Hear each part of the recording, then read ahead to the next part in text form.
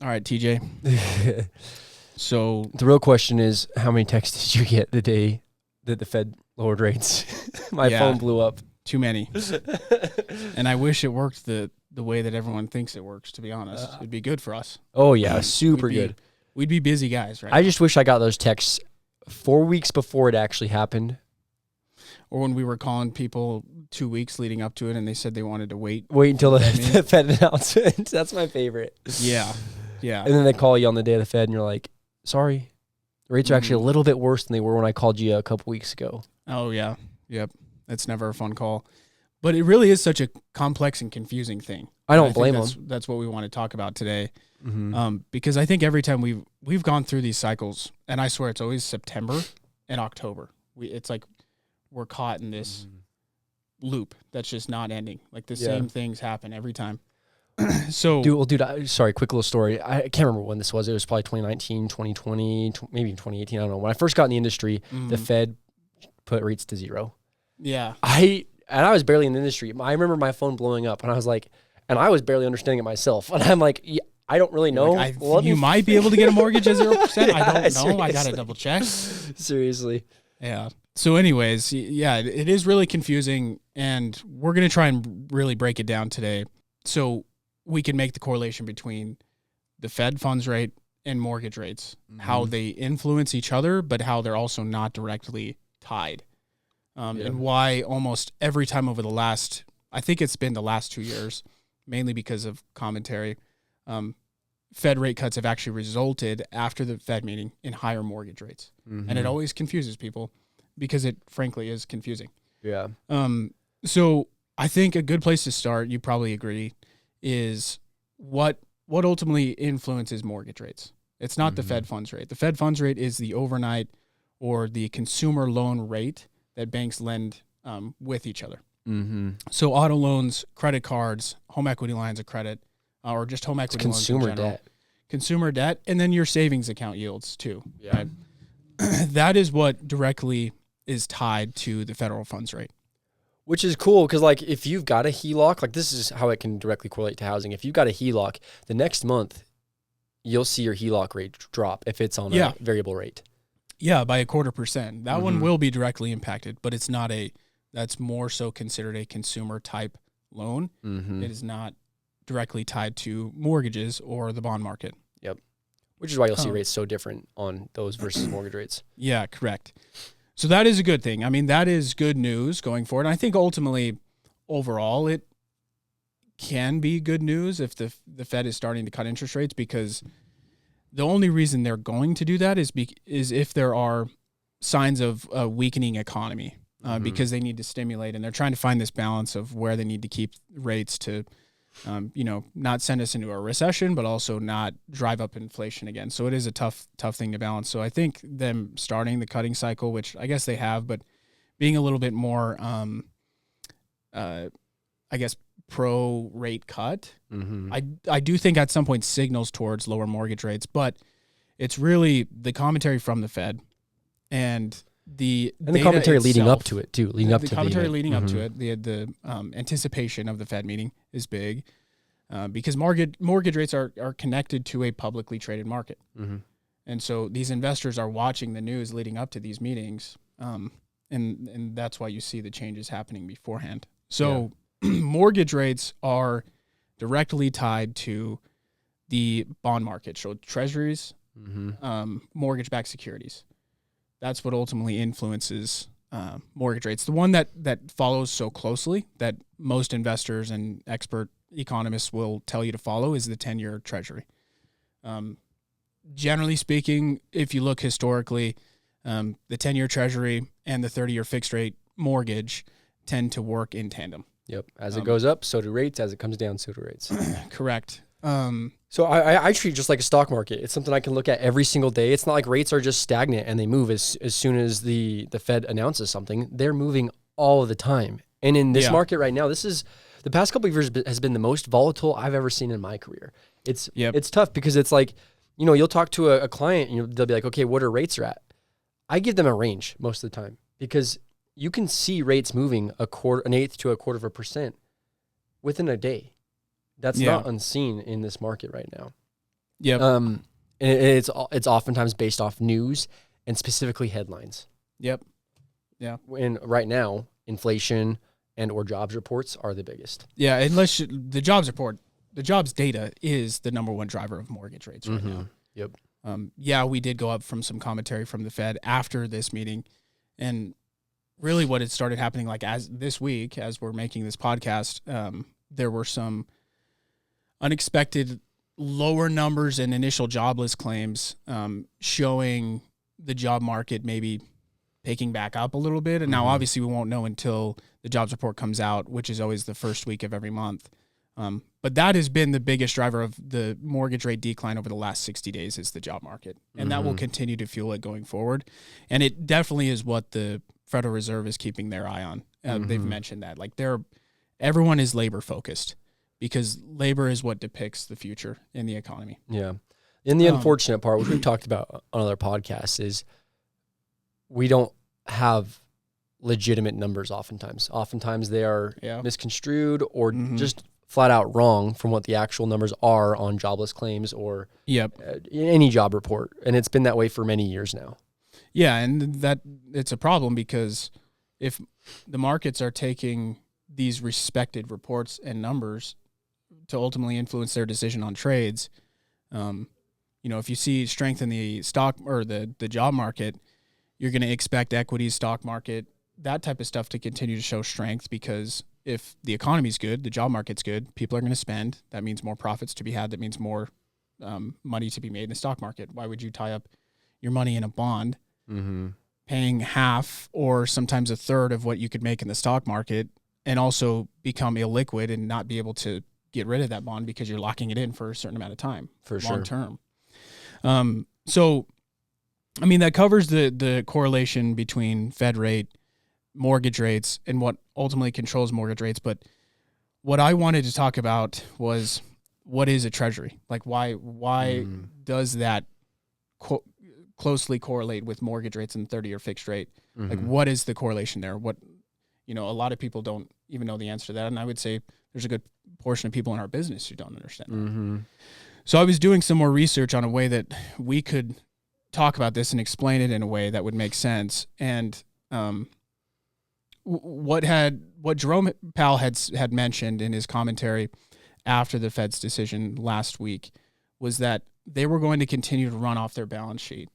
So we know this is going back to COVID. The reason we're in this mess, they essentially printed a bunch of money, right? And that's what ultimately resulted in higher inflation, higher mortgage rates.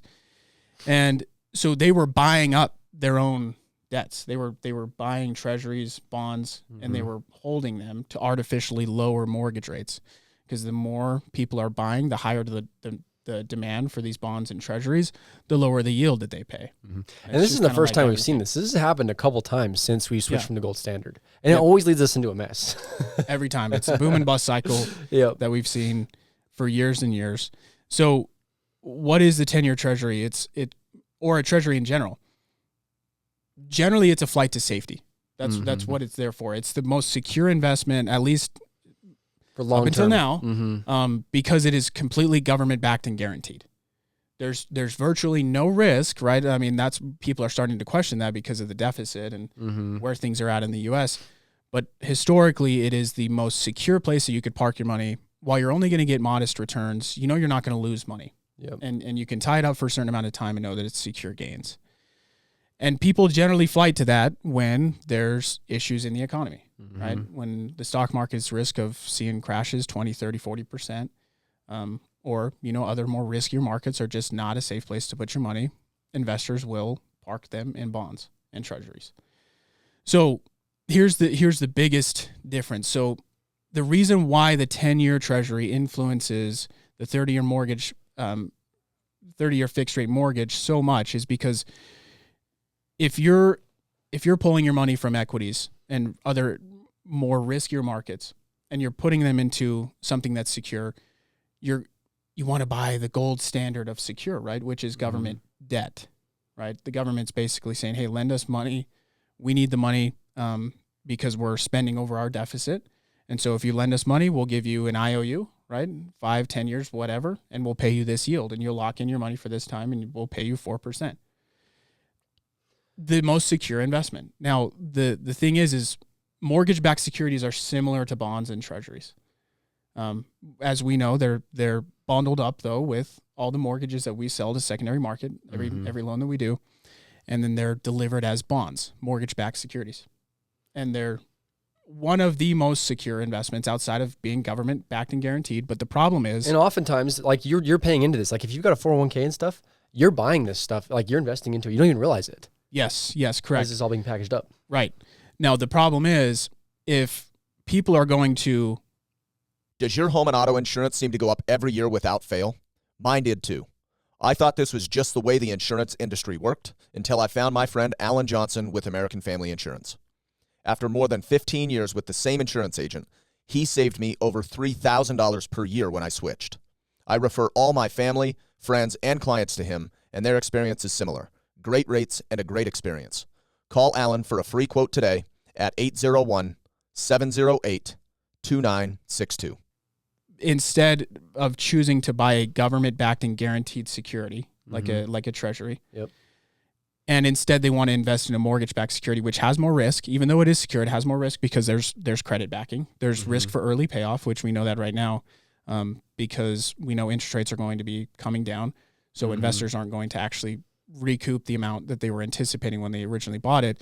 So ultimately, investors need to be enticed with a higher yield when they're buying a 30-year mortgage-backed security. Well, that is the direct reason why when 10-year treasury yield goes up, so the government yield goes up, the 30-year mortgage-backed security is going to go up even more. And there's always going to be a spread there because there's more risk involved in a mortgage-backed security than there is with government debt. And that is the reason why when we see that yield go up, you can expect mortgage rates to go up because of 30-year mortgage-backed security.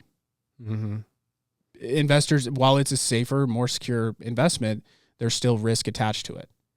So I have to be enticed to put my money into something that's number one going to be locked up for a long time, but number two has more risk involved. Which makes sense. So that's kind of like the boiled down way of why mortgage rates move the way that they do, and why the 10-year treasury shows so true as far as seeing how mortgage rates are moving, and ultimately why the Fed rate is not a direct correlation, but they move in tandem. Correct.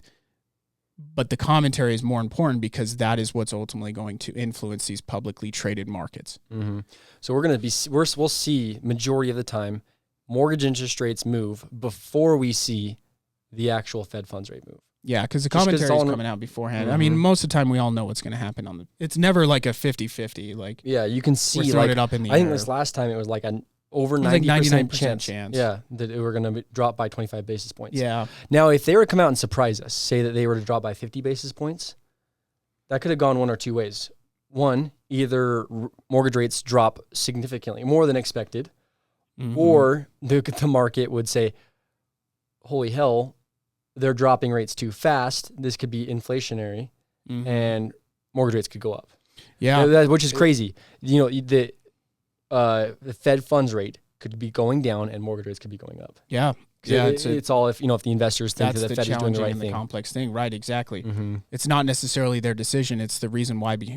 It's the reason behind their decision, and does that actually add up? Like they've been so employment and job focused. And so what do the markets respect most right now? The job market.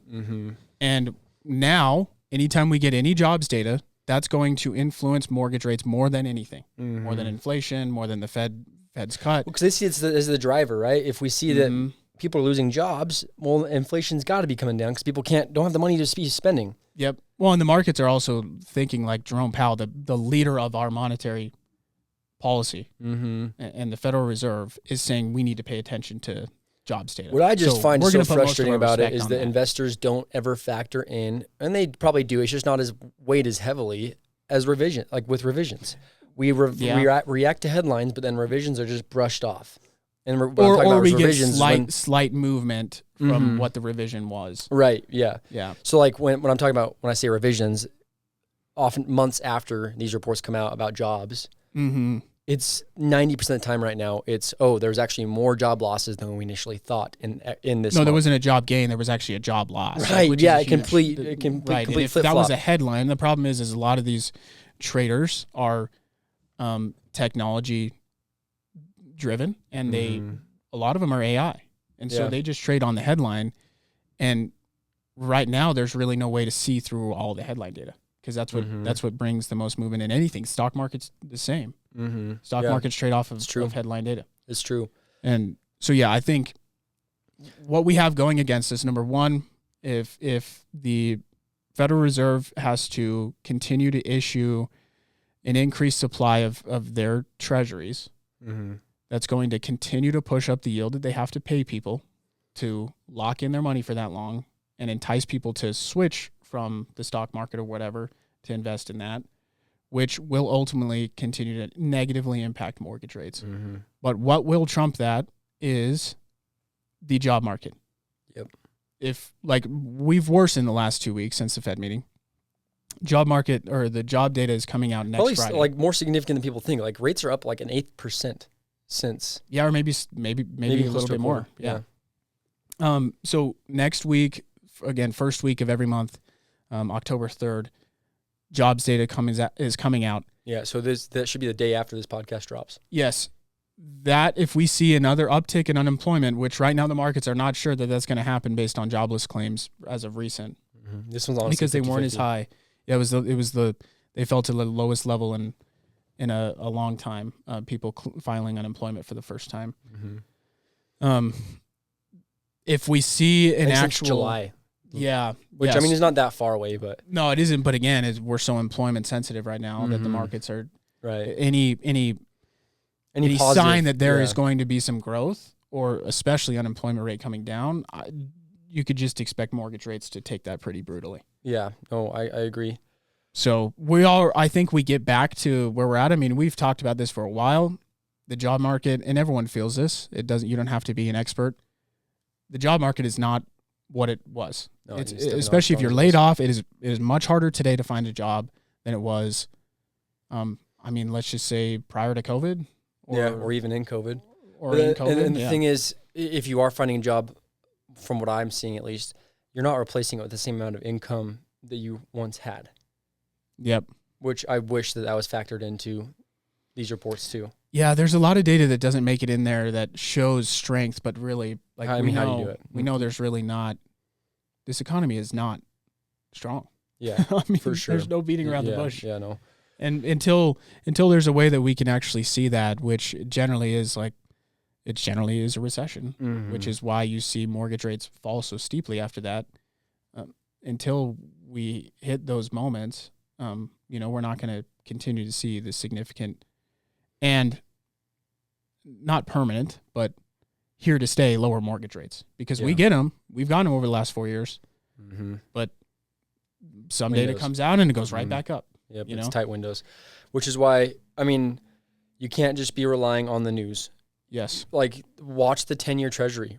Weeks before the Fed news data comes out. Yeah. The 10 years going down, odds are so are rates. Lean on us. And if you don't want to lean on us, lean on the resources we're giving you here, because if you want to stay ahead of the market, that is what you have to do. If you rely on headlines, you're going to make the wrong decision. Even like little stuff every single time. Yeah, even like little stuff like the dot plot that the Fed releases, which all the chair members release what they want to do for rates on the next meeting, meetings to come, on how they want to move rates. Well, you can see, okay, if there's a common consensus that they still want to come down, that's what the market's going to react to this dot plot. And you can be forward thinking, especially if you're trying to plan a purchase, or if you're a real estate agent and you're trying to advise clients. This is something you can look at, and it's direct data. Yep.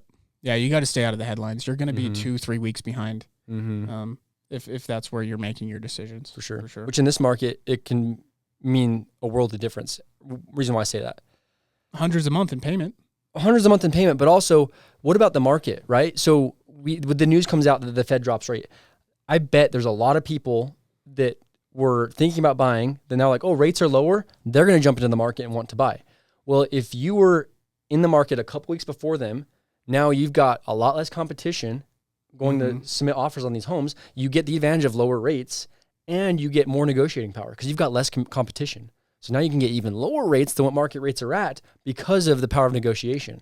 Yeah. Yeah. And a big thing here too is not only taking advantage of that. We talk about this and we say refinance after, and it seems so gimmicky, but it really is the way that you can win, because how many clients do we have that we were able to, some missed out a little bit, whatever, but how many clients over the last couple of weeks leading up to the Fed meeting were we able to lock in and lower their interest rates? Oh. And they've been in their house for 2 years already. Yeah. And they didn't have to pay today's price, right? Mm-hmm.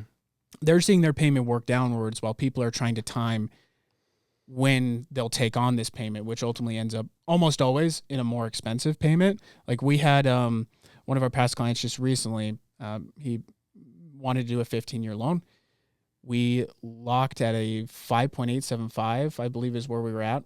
I checked, and that was no cost, no buy down. Mm-hmm. I can't remember exactly when we locked. This was maybe 3 weeks ago. We checked the same rate today, 15-year. It cost over 100 basis points to buy down that rate. Wow. So that's 1%. 1% of the loan amount. I think the loan amount's like $400,000. So it's $4,000 it's costing for that same rate. And the thing is he has like clients who are already in their home have the ability to time rates, because now you're just timing like the right time to lock in a lower rate. You're not timing the purchase of your house, which is a lot less stressful. And you can actually just turn on daily rate monitoring like we do. Right. Exactly. Another thing I find frustrating is that clients get this idea in their head that they need to be at a certain rate. Let's wait for rates to get at a certain, say if they're locked in at 7%, I need to be at 5.5% in order for this to make sense. We're going to help you run the numbers on the break even. So, if rates are at 6%, you're dropping a full point, and I run the math with you, and your break even is in 3 months. Or immediately? Yeah, but let's even see it's 3 months. Well, 3 months, maybe at that point, you've skipped 2 payments. So you've got 1 month of making a payment on this, and then you're making money. Odds are rates are not going to fall that much. That quickly in the next 3 months that you need to then refinance again. And if it does, it's a good problem to have. For real, honestly. But at that point, you wait 3 months and you're guilt-free. You can refinance again and not wasted any money. Yeah. But that's a lot stressful of a battle than trying to time rates also with a purchase. For sure. That's the thing. Yeah. I think that's the big message here. Just get in. Yep, for sure. Cool. Awesome. Well, we hope you guys found this valuable. If you haven't done so already, please like, comment, subscribe. And if there's any topics you want us to cover, please let us know. We're here for you. Thank you for tuning in. For more industry insights, follow us on all platforms at Loans Elevated. And to get in touch with our team, call or text 801-713-4000 or visit loanselevated.com.